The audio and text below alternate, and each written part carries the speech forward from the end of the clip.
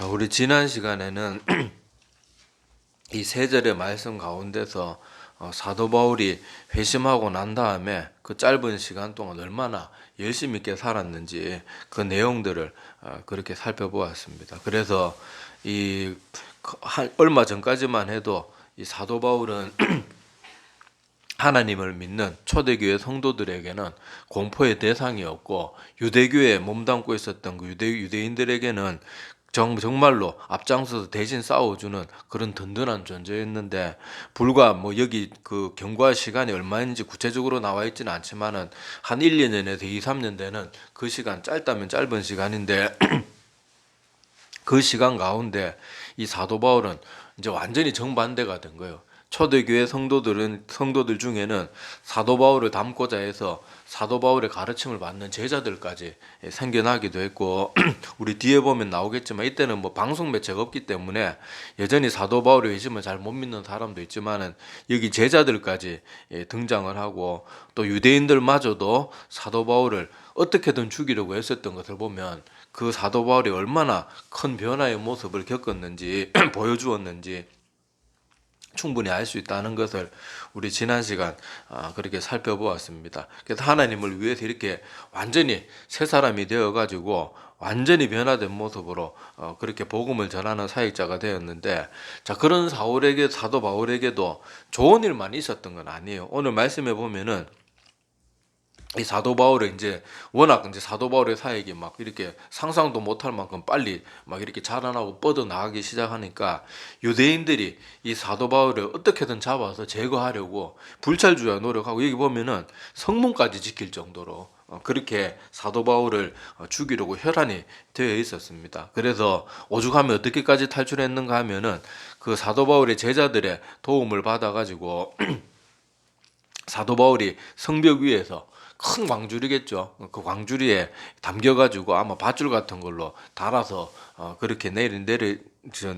바닥에 내려줘가지고 그 지역을 탈출할 그 정도로 그런 급박한 상황들도 있었습니다. 그거 말고도 오늘 여기 말씀 말고도 사도 바울이 자기가 복음을 전하면서 얼마나 큰 고난을 당했는지는 성경 곳곳에 이 신약 성경을 보면은 성경 곳곳에 사도 바울이 복음 때문에 당했던 그 고난이나 죽을 뻔한 여러 가지 위기들은 많이 기록이 되어 있습니다. 자, 그래서 여기서도 볼 수 있듯이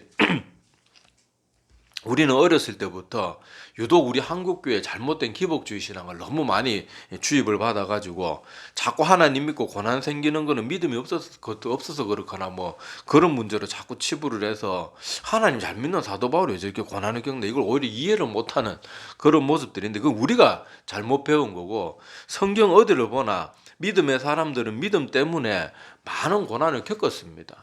이 한국 교회가 그동안 물론 다 그렇게 가르친 건 아니지만은 너무 기복주의 신앙을 많이 쫓아가서 우리는 자꾸 이 훌륭한 믿음의 사람들이 고난 받는 것을 보면 하나님 왜 저러나 막 이런 식으로 자꾸 하는데, 그게 아니고 성경을 보면은 항상 하나님을 바르게 믿었고 정말로 앞장서서 믿었던 사람들은 그 하나님을 바르게 믿는 것 때문에 많은 고난을 당했어요. 적은 고난도 아니고 많은 고난을 당했어요. 그러니까 이게 당연한 건데 우리는 맨날 보면서 아이고 하나님 저렇게 열심히 따르는데 왜 저런 일을 당하나 이렇게 자꾸 생각하는데, 이해를 돕기 위해서 설명을 조금 더 예를 들어보자면은 이거는요, 사도 바울의 소속이 바뀌니까 일어나는 일이에요. 자, 만약에 지금 우리나라에 북한이 쳐들어와가지고 남북한 사이에 전쟁이 일어났다고 칩시다.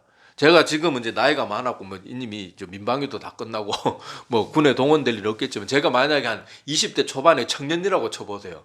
그러면은 전쟁이 딱 일어나면 내가 민간인일 때는 아무 상관없지만은 내가 이제 전쟁이 일어나서 그렇게 딱 소속이 대한민국 국군으로 딱 바뀌면 내가 민간인일 때는 북한군이 날 봐도 큰 상관 안 한단 말이에요. 근데 내가 군복을 입고 대한민국 국군이 딱 되면 어떻게 하겠어요? 서로 총불이 겨누고 먼저 죽이는 놈이 그냥 그거 하듯이, 내가 민간인이었을 때는 북한군이 날 봐도 아무 위협의 대상이 안 되는 거예요. 근데 내가 대한민국 국군이 돼가지고 같이 대치 상황에 있으면은 나는 죽여서 없애야 되는 존재가 되어버리고 마는 거예요. 그러니까 사도 바울이 전에는 어디에 소속이었어요? 자기는 하나님을 섬긴다고 생각했지만 실제로는 사단 마귀의 수하였단 말이에요. 그러니까 전혀 제거의 대상이 되질 않는 거예요. 근데 지금은 사도 바울이 다메섹 도상에서 그렇게 빛으로 부활하신 주님을 만나고 나니까 소속이 어디로 바뀌었어요? 사도 바울도 이제 주님을 구주로 모셔드리고 내가 그리스도의 복음 외에는 다 있기로 작정했다 이러면 완전히 변화되잖아요. 자, 그렇게 되니까 사도 바울이 이제 그전에는 말 잘 듣는 사단의 수하였는데, 물론 사단은 사도 바울에게 이것을 하나님을 위한 일이야 거짓된 그런 막 신념을 줘가지고 그렇게 가지고 놀았지만은, 이제는 사도 바울이 뭐가 진리인지를 알고 깨닫고, 아, 내가 그전에는 사단마귀 노릇을, 수종 노릇을 하고 있었구나 깨닫고는 이제 어디로 소속이 바뀐 거예요? 아, 맞다, 내가 하나님의 자녀지. 바뀌고 나서는 이제 사람들, 잘못된 신앙관에 빠져 있는 사람들에게 진리를 전하기 시작하는 거예요. 그러니까 사단마귀의 소속이 딱 빛의 자녀로 바뀌니까 이제 어둠의 세력들이 이 사도 바울을 어떻게 해야 돼요? 죽여 없애야 되는 거예요. 왜냐하면 자기들 나라에 너무 큰 해를 끼치니까. 제가 전에도 그 설명 한번 드렸잖아요. 사단마귀가 우리 믿음의 사람들 특히나 더 싫어하는 건 뭔가 하면요, 우리가 한 명만 뺏기는 게 아니에요. 내가 하나님, 사단 마귀의 어둠의 세력의 자녀였다가 빛의 자녀가 되면 내가 그냥 빛의 자녀로 되고 끝난 게 아니고 난 뭘 합니까? 이제는 복음을 전하는 자가 되잖아요. 그리고 또 수적으로도 보세요. 자, 그전에는 내가 사단 마귀의 수하였으면 사단 마귀 밑에서 내 딴에는 이런저런 신념을 가지고 뭐 이것저것 살겠지만 어쨌든 사단 마귀의 수하란 말이에요. 자기는 인정 안 하겠지만은, 하나님 안 믿으면 아무리 도덕적으로 깨끗하게 살아도 다 사단 마귀의 수하예요. 그거는 뭐 예외가 없어요. 자, 그런데 내가 빛의 자녀가 되면은 그 어둠의 세력에서 나 하나 뺏긴 게 아니고 나는 또 뭘 하게 됩니까? 이 어둠의 세력들을 공격하는 그런 세력이 되니까 사단 마귀는 나 한 명 뺏기는 것보다 훨씬 큰 타격이 온단 말이에요. 그냥 내가 자기 나라에서 이탈하고 없어져 버리면 그걸로 끝나는 게 아니고, 내가 이탈해서 빛의 자녀가 되니까 생각해 보세요. 북한 군인이 2명 있고 우리 남한 군인이 2명 있는데, 자, 한 명이 나는 그래도 남한의 자유민주주의를 지키겠다 그러면서 탈출을 해가지고 남한에 딱 오면은 어떻게 돼요? 북한 군이 이제 한 명 남고 남한 군인은 몇 명이 되는 거예요? 3명이 되는 거잖아요. 실제로 타격이 2배, 3배로 막 오는, 영적인 세계는 더 심하겠죠.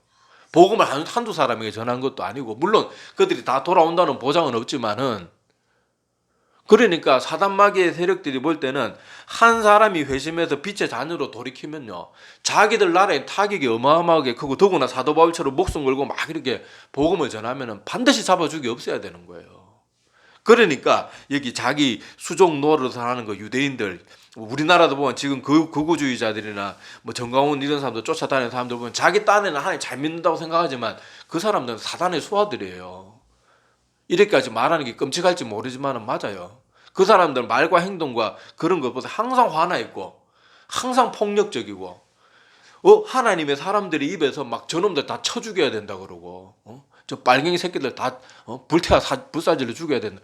어떻게 그리스도인들이 그런 말을, 정말로 그 사람들이 그리스도인들이라면 저 사람들은 몰라서 저러니까 우리가 바른 것을 가르쳐 줘가지고 저 빨갱이 저 사상에 속아 넘어가 있는 사람들을 빨리 회복시켜줘, 이렇게 해야지. 막 저것들은 다 싸그리 끌어잡아가지고 어떻게 해야 돼, 그런 말을 어떻게 하냐고요.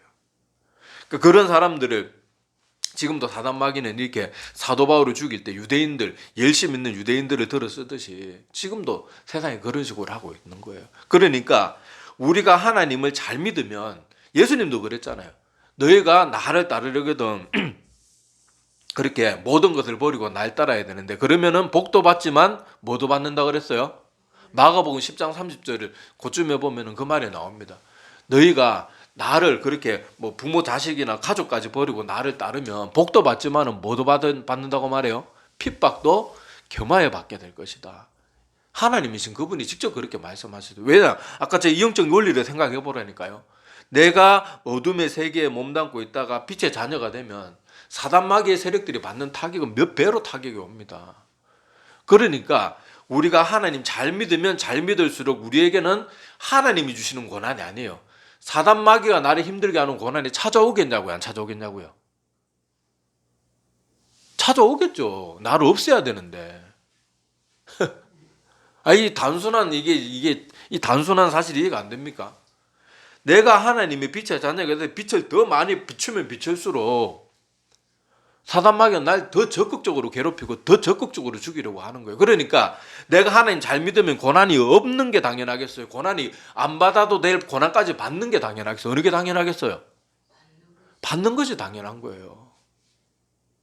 그래서 과거에 어느 청교도 목사님은 그렇게 말했어요. 자기가 하나님 잘 믿는다고 하면서 아무 고난도 없고 아무 역경도 없으면 그 사람 자기 믿음을 다시 점검해 봐야 된다 그랬어요. 제가 실제로 사역을 해봐도요. 실제로 사역을 해봐도 성경 말씀대로 복음을 전하면 사람들이 교회에서 하나님의 말씀대로 복음 전하면은 말씀 전하면은 박수 쳐줄 것 같습니까? 안 그래요. 안 그렇더라고요. 물론 그것에 박수 쳐주는 꽤 있는 사람들도 있는데요.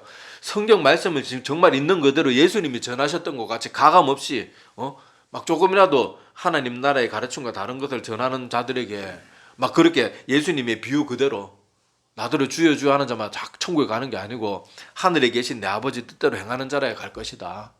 뭐 그런 식으로 있는 그대로의 복음을 전하면요. 박수 쳐주지 않더라고요. 싫어하더라고요. 오히려 그렇게 싫은 내색을 막 노골적으로 드러내는 사람들은 평신도들이라 성경 잘 모르는 사람들이 아니에요. 중직자들, 심지어 같은 동역자들, 담임 목사 사역자들이 오히려 더 공격합니다. 그걸 제가 사역하면서 많이 느껴봤어요. 그러니까 이 교회 안에는요. 하나님의 백성만 있는 게 절대로 아니에요. 사역자들 중에도 하나님의 종만 있는 게 절대로 아니니까요. 사단마귀의 수하들이 분명히 있어요. 지금 이 나라도 보라니까요. 이 나라에 뭐 요즘 뭐 방송 매체나 유튜브에 나오는 이상한 목사들 보라니까요. 목사라고 다 주의 종이 아니에요. 우리 정신 차려야 됩니다. 하여튼 이 사도 바울은 이렇게 하나님을 위해서 목숨을 걸고 복음을 전했음에도 불구하고 사도 바울에게는 끝도 없이 계속해서 고난이 찾아왔습니다. 그래서 실제로 우리 지금 사도행전 나누고 있지만은 사도행전에서도 우리 초대교회 성도들은 하나님을 믿기 위해서 하나님으로부터 무엇인가 복을 받기 위해서 하나님 믿는 게 아니에요. 이 사람들은 하나님을 믿기 위해서 자기가 가지고 있는 복조차도 내려놨단 말이에요. 근데 지금 우리 신앙은 어떻습니까? 뭐 내가 하나님 믿으면 뭐 콩고물 커다란 거라도 안 떨어질까 싶어가지고 뭔 복이나 받는 게 없을까 싶어가지고 자꾸 하나님 믿는 게 그런 것이 목적이 되어 있는데 우리 성경 속으로 들어가서 우리 믿음 정말 하나님을 바르게 믿었던 사람들의 모습과 지금 우리의 신앙을 비교해 보자니까요. 과거에는 하나님을 잘 믿기 위해서 가족도 포기해야 되고요. 돈이나 명예도 포기해야 되고요. 많은 것을 내려놨어야 돼요. 근데 우리는 내가 가지고 있는 거 다 끌어안고 심지어 거기에도 뭔가를 더 받으려고 하나님 믿고 하나님 믿으면서 고난은 찾아오면 안 되고 자꾸 그런 식으로만 하나님 믿는데 아니에요. 옛날에 우리 믿음의 선배들은 오히려 바르게 믿기 위해서 목숨까지도 어떤 고난까지도 받을 각오를 하면서 하나님 믿었단 말이에요. 그러니까 지금 우리 이 시대의 우리의 신앙과 우리가 지금까지 배워왔던 그런 기복주의 신앙과 성경에 나오는 인물들 그리고 성경에서 지금 보여주는 믿음의 본이 얼마나 틀린 줄 알고 좀 정신을 차리자니까요. 그럼 저 목사 맨날 저렇게 말한다 뭐 이렇게 복받은 사람도 있는데 뭐 대부분 사람들은요 하나님 믿는 것 때문에 진짜 끔찍한 고난을 많이 받았어요. 다윗이 노년에는 왕이 되어가지고 왕자를 그렇게 누리고 했지만은 그 왕이 되기까지 얼마나 큰 고난의 시간을 겪었냐고. 왜 그런 건 안 봅니까? 아브라함이 그 젊은 시절에 아버지 밑에서 돈 잘 버는 아버지 밑에서 우상 깎아 만들어서 파는 그 아버지 밑에서 호의호식하면서 잘 살 수 있었어요.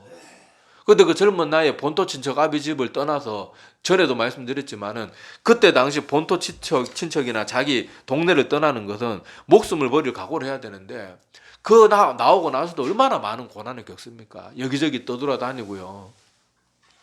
그렇게 또 이상한 사람들한테 공격받아가지고 막 그렇게 전투에 나가기도 하고 뭐 오만 일 다 겪잖아요.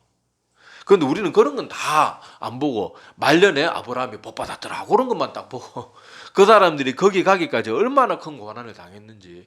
욥기에서도요. 욥기 생각보다 욥기의 분량이 굉장히 많잖아요. 근데 욥기에서 마지막에 욥이 이전보다 갑절의 복을 받았지만은 그 갑절의 복을 받았다는 마지막에 그 몇 줄 기록 있기 전에 전체 내용이 뭡니까? 욥이 다 고난받은 내용이에요. 고난받은 내용. 그리고 그 고난 때문에 그렇게 아파하고 괴로워하면서도 하나님을 향한 순전을 버리지 않은 그것이 기록되어 있잖아요. 근데 우리는 그 다 뭐 차포 다 떼고 맨날 귀에 듣기 좋은 거 그런 것만 하는데 오늘도 사도 바울의 모습을 보자고요. 사도 바울의 모습을 보면 이렇게 열심히 하고 이렇게 하는데도요. 이렇게 광주리에 실려서 정말 얼마나 사실 쪽팔리는 일입니까 남자가. 또 사도 바울은 태어나면서부터 로마 시민권을 가진 사람이었고 가말리엘 문화에서 최고의 교육을 받았던 사람이고 유대인들 사이에서도 청년 바울은 인정받았던 사람이란 말이에요. 그런 사람이 지금 얼마나 부끄러운 모습으로 도망을 갑니까? 이거 여기는 오늘 요 사건만 나오지만은 여기 나중에 또 사도 바울이 얼마나 죽을 고비를 많이 넘기고 사람들한테 붙잡혀 가지고 옷 다 벗겨져 가지고 매질 당하고 그런 부끄러운 일들을 얼마나 많이 당했냐고요. 그런데 하나님 잘 믿는 그 결과가 이거란 말이에요. 그러니까 이런 것도 우리가 좀 눈여겨보잔 말이죠. 우리도 하나님 잘 믿으면요, 고난이 다 사라지는 게 아니에요. 하나님 잘 믿어도 고난은 있을 수 있어요. 예를 들어 봅시다. 내가 하나님 믿지 않으면은 그냥 가족들하고 친척들하고 잘 어울리면서 잘 살 수 있었을 텐데, 내가 하나님 믿으면은 믿지 않는 배우자와의 그런 갈등 때문에 고난을 겪게 됩니다. 주일날 오늘 놀러 가자 그랬는데 왜 교회 가나? 뭐 그러면서 막 사실 내가 안 믿었으면 그런 뭐 문제도 일어날 거 없고 뭐 사랑하는 남편이나 아내하고 그런 문제 일으킬 일이 없잖아요. 근데 예수 믿으면 그런 갈등이 생긴단 말이에요. 오랜만에 친척들이 이렇게 다 만나가지고 아름답고 복되고 즐거운 시간을 보내야 되는데 제사 문제 딱 등장하잖아요. 나 예수 믿기 때문에 절 못합니다. 그러면 또 그것 때문에 분비박산 나는 거예요. 나가! 고장에서 봐봐라! 그리고 네가 뭐 몇 대 장손인데 막 그러면서 막 싸우고 그 명절날 그게 뭐 하는 짓이냐고요. 이거 뭐 때문에 이런 일이 생기는 거예요. 내가 예수 그리스도를 믿음으로써 믿음의 소속이 바뀌니까 받지 말아야 될 고난과 수모도 겪고요. 억울한 일도 당하고요. 회사 같은 데서도 그냥 사장이 불러주는데 장부 써. 막 이중자 뭐 많이 쓰잖아요. 회사들 보면은 쓰라 그러는데 저는 양심상 그렇게 못합니다. 그럼 나가 이놈의 자식. 그러면서 넌 퇴직금도 없어 막. 막 그런 식으로 받지 말아야 될 고난도 받는단 말이에요. 왜 그래요? 하나님을 바르게 믿으면 항상 어둠의 세력들에게 눈에 가시 같은 존재가 되는 거예요. 그러니까 어떻게든 고난이나 이런저런 문제들을 자꾸만 일어나게 해서 그 사람을 꺾어버리려고 하는데, 우리가 이것을 까먹고 하나님의 자녀가 되었기 때문에 찾아오는 이 고난을 그걸로 생각하지 않고 고난 자체만 보면 어떻게 돼요? 그게 자꾸 쌓이고 쌓이다 보면 그냥 믿음이 휘청휘청하고 어떤 사람은 뿌리째 뽑혀가지고 완전히 그냥 내던져지기도 하고 그러는 거예요. 그런데 그 고난을 받았을 때 우리는 항상 이걸 기억해야 돼요. 내가 지금 왜 이런 고난을 겪고 있나? 내가 왜 명절 제삿날 왜 내가 혈육들하고 이렇게 이런 일들을 내가 왜 겪어야 되나? 내가 주일 지키는 것 때문에 회사나 아니면 가족들하고 왜 이런 문제를 겪어야 되나? 그때 그 원인이 어디서 왔는지를 기억해야 되는 거야. 내가 하나님이 백성이 되었기 때문에 내가 이런 문제들을 만날 수밖에 없는 상황이 되었구나. 그러니까 결국 그거는 어떤 일이에요? 영적으로 보면은 물론 누가 가족이나 친척하고 문제 일으키고 싶은 사람이 어디 있겠어요. 근데 내가 이런 문제를 지금 겪고 이것 때문에 갈등을 일으키고 있고 아파하고 있다는 것 자체는 내가 뭐가 되었기 때문에 그런 거예요. 빛의 자녀가 되었기 때문에, 하나님의 자녀가 되었기 때문에 그런 일을 겪는 거라니까요. 이걸 잊어버리면은 자꾸 눈앞에 일어나는 고난만 보면은 내가 예수 믿어가지고 내가 왜 자꾸 고난만 당했다 이러면서 고난에 사단이 원하는 대로 꼴까닥 넘어갈 수밖에 없는 거예요. 그런데 항상 우리는 고난을 당할 때 더구나 내가 하나님 바르게 잘 믿으려고 애를 쓰는데 이런저런 어려움들이 찾아오면 그 원인을 자꾸 생각해야 돼. 내가 하나님의 자녀가 되었기 때문에 이런 거 받지 않아도 될 고난도 내가 받는구나. 사단 마귀가 나를 아주 눈꼴시려 하는구나. 그래서 여러분, 우리 앞에서도 살펴보았지만은 주님의 제자들, 베드로나 이런 주님의 제자들이 주의 이름 때문에 막 공개석상에서 거짓 재판 말이 재판이지 그건 누명 씌우기 재판 아니에요. 자, 그런 재판을 받거나 또 그 재판 받고 나서 막 매질을 당하고 그랬을 때 베드로나 주님의 제자들이 어떻게 반응했다고 나옵니까? 아이고, 내가 예수 믿고 목숨까지 내놨는데 내가 왜 이런 일 당했나 막 그러면서 불평하고 막 화내고 짜증 부리고 나 하나님 나 제자 안 할랍니다 막 그러면서 막 화냈던 게 아니에요. 어떻게 했습니까? 우리가 지금 이렇게 매를 맞는 것은 누구 이름 때문에? 주의 이름 때문에 이런 고난을 겪는 것을 알고 오히려 그것을 어떻게 생각했다고 나와요? 영광스럽게 생각한 거예요. 내가 지금 이렇게 유대인들 지도자들에게 미움을 받고 말도 안 되는 저는 누명 씌우기 재판이나 여기저기 끌려다니면서 사실 뭐 베드로도 그렇게 가서 막 매질당하고 그랬을 때 그 안전벨기 고쳐줬다고 그런 거 아니에요. 그게 무슨 재판을 받고 매질을 당할 일이 그게 무슨 그게 일입니까? 그런데 거기 딱 하나님 그 복음을 예수 그리스도의 제자라는 그 이유가 딱 거기 들어가니까 그렇게 선하고 착한 일하고 뭐 그렇다고 안전뱅이한테 돈을 뭐 10원 땡전 한 푼을 받았습니까?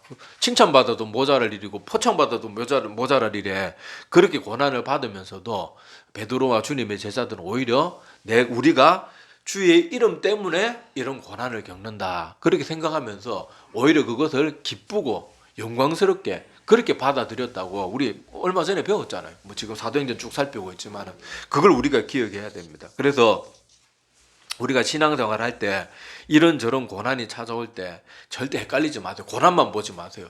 고난이 왜 오는지부터 생각하고 나에게 이런 고난이 있다는 것은 어떻게 보면은 내가 하나님의 자녀가 되었다는 증거이기도 하기 때문에 우리의 믿음이 더 성숙해져 가지고 고난을 당해도 하나님 잘 믿는 것 때문에 고난을 받게 된다 그러면 오히려 그것을 영광스럽게 생각하고 자랑스럽게 생각하고 또 주님께서 나와 함께 해주셔서 이 어려움도 잘 이겨내게 도와주십시오. 더 하나님을 의지하고 그렇게 해서 하나님의 자녀다운 모습으로 점점 더 성숙해져 갈 수 있도록 그렇게 우리가 노력을 해야 됩니다. 우리가 신앙생활 하면서 자꾸 눈앞의 것만 보면은 넘어지기 쉬워요. 고난만 보면 고난이 자꾸 쌓이다 보면 고난 때문에 넘어지기 쉬운데 우리는 항상 눈을 좀 더 멀리 봐야 됩니다. 이 고난은 뭐 때문에 오는가? 내가 주님 믿는 것 때문에 직장에서도 이렇게 여러 가지 불이익을 당하고 뭐 명절에도 이런저런 뭐 제사 문제로 갈등이 있고 갈등을 잃고 싶지는 않겠지만은 그런 문제가 있을 때 내가 하나님의 자녀가 되었으니까 이런 것도 이겨낼 수 있어야 되고 저들의 마음도 돌이킬 수 있어야 되겠구나 그렇게 생각하면서 오히려 그것을 전화위복의 기회로 삼으려고 자꾸 애를 써야 됩니다. 그래도 실제로 이렇게 안 믿는 집안이나 안 믿는 그런 풍토 가운데서 혼자 처음 믿는 사람들 참 많이 고생하잖아요. 가족들한테도 막 미움받고 특히 제사 문제 이런 것 때문에 하지만은 그런 사람들 한 명 여러분들 뭐 이렇게 훌륭한 믿음의 사람들 보면은 처음엔 그렇게 핍박받다가 나중에 어떻게 됩니까? 그 사람 하나 때문에 자기 온 가족이 다 구원받고 온 친척들이 다 구원받고 그 제사 외국에는 제사 같은 거 없어도 다 잘 살잖아요. 그 말도 안 되는 제사 때문에 가족끼리 그런 문제를 일으켜서 아이고 내가 우리가 이런 거 말도 안 되는 거 가지고 그렇게 서로 힘들어했구나 그러면서 오히려 가족들이 다 그런 말도 안 되는 귀신 섬기는 일들이 그 본래를 파악하고 다 버리고 주님께로 돌아와서 다 함께 구원받는 자리에 이르고 그렇게 되는 거예요. 그러니까 우리가 오늘 이 사도 바울의 모습을 보면서 하나님을 바르게 믿으려고 애를 쓰면은 복도 물론 있습니다. 제일 큰 복은 뭐예요? 당연히 지옥에 떨어져야 되는 내가 하나님의 자녀가 되어서 천국 백성이 따놓은 천국 백성의 자격이 따놓은 당상이라는 것보다 더 큰 복이 어디 있습니까? 이거는 전 지구상의 모든 금덩이를 나한테 갖다 준다고 해도 그거보다 더 천국행 티켓은요, 뭐, 이 지구상에, 이 우주상에 있는 금덩어리 다 갖다 놔도 천국행 티켓 하나하고도 못 바꿉니다. 그걸 아니, 뭐, 금덩어리 다 갖고 있으면 뭐, 그거 짊어지고 지옥 가면 뭐 할 건데, 그거 다 지옥 불구덩이에 다 녹아서 없어지고 아무 가치도 없는 거. 사실 뭐, 금이 우리가 희소 가치가 있으니까 뭐, 또, 뭐, 쇠붙이처럼 녹이 안 슬고 그러니까 뭐, 금근거리지. 만약에 뭐 금이 넘쳐나는 그런 뭐 은하계나 뭐 하여튼 다른 별에 가가지고 금 내보면 뭐 이건 모래 쪼가려가지고 뭐하냐 이럴 거 아니에요. 아무 상대적인 사람들이 만들어낸 가치에 사람들이 목숨 걸고 그러는데 절대 변하지 않는 진리나 절대 변하지 않는 가치는 하나님이 주시는 것밖에 없어요. 저 천국에 우리가 지옥에 당연히 따놓은 당상이었지만은 하나님을 믿는 것 때문에 그 따놓은 당상이 천국으로 바뀌면 이거보다 더 큰 복이 없어요. 그런데 그것 때문에 우리가 받아야 되는 고난이 분명히 있을 수 있다면 하나님 잘 믿는다고 이상한 목사들이 자꾸 가르치는 것처럼 하나님 잘 믿으면 오던 고난도 다 도망간다 이게 아니라니까요. 심지어 안 받아도 될 고난도 받아야 되고요. 미움 받아야 되고 어둠의 세력도 우리를 점점 더 싫어할 거예요. 교회 안에서도 바르게 복음 전하면 모든 사람이 다 박수 쳐주는 게 절대로 아닙니다. 싫어하는 사람들이 분명히 나타나요. 그럴 때 우리가 저 사람이 왜 이유도 없이 날 미워하지 이게 아니고 왜 저 사람이 나를 저렇게 못마땅해 할까. 그리고 내가 정말로 뭐 내가 성격이 이상해가지고 내가 못돼가지고 그 미움 받으면 그건 내가 잘못한 거지만은 내가 하나님 잘 믿고 어떻게든 더 열심히 철저하게 믿으려고 애를 쓰는데 나를 미워하고 괴롭히는 사람들이 나타나면 그것까지 어쩌려나 내가 왜 이래야 되나 이게 아니라니까요. 하나님의 자녀가 되니까 이런 고난도 겪게 되는구나. 그러면서 주님의 제자들이 그랬던 것처럼 오히려 그것을 영광스럽게 생각하고 기쁘게 여길 줄도 알고, 물론 기쁘진 않죠. 뭐 저라고 고난 받고 싶겠습니까? 미움 받고 싶겠어요. 저도 가면 뭐 사람들이 좋아해주고 그러면 좋죠. 그런데 복음을 위해서, 진리를 위해서는 그런 것과 절대 타협해서는 안 됩니다. 모든 사람들이 다 날 이해해주지 않고 다 날 미워해도 나는 진리 가운데 서 있어야 돼요. 그것이 하나님이 기뻐하시는 그런 모습이 됩니다. 그리고 지금 이 시대에는 자꾸 정치적인 이슈로 사람들이 나를 넘어뜨리려고 자꾸 어느 한쪽에 편성하게 만들 거예요. 절대 그런 게 굴하지 마세요. 나는 옳은 건 옳다, 아닌 건 아니다만 말하면 되고, 이 나라를 위해서는 꼭 하나님이 기뻐하시는, 하나님을 두려워할 줄 아는 자가 세워지도록 그렇게 기도하셔야 되고, 이 사람이 이번에 우리가 이 사람 지지 않으면 누가 될 거야, 그런 쓸데없는 생각하지 말고 하나님 앞에 모든 걸 맡기고 여러분 진리 가운데 서 있으면 돼요. 그래서 우리가 사도 바울이 이렇게 많은 고난을 겪으면서도 결국 사도 바울은 어떻게 됩니까? 마지막 자기 목숨이 다하는 그날까지 그 믿음의 절개를 변치 않고, 마지막 그 고백 제가 자주 읽어드렸잖아요. 디모데후서 보면은 사도 바울이 나의 달려갈 길을 다 마치고 믿음의 선한 싸움을 싸웠으니 이후로 나에게는 하나님께서 예비하신 면류관이 준비되어 있을 거다. 그런 고백을 할 수 있는 우리 모두가 되기를 간절히 그렇게 기원합니다. 그리고 다시 한번 말씀드리지만은 하나님 잘 믿어도 고난은 얼마든지 있을 수 있고, 그것이 오히려 또 하나님 잘 믿는 것 때문에 찾아오는 고난이라면 그건 낭망해야 될 일이 아니고, 이 베드로나 주님의 제자들처럼 오히려 영광스럽게 생각해야 될 그런 일인 줄 알고 잘 이겨내는 우리들이 되기를 바랍니다. 기도드리겠습니다.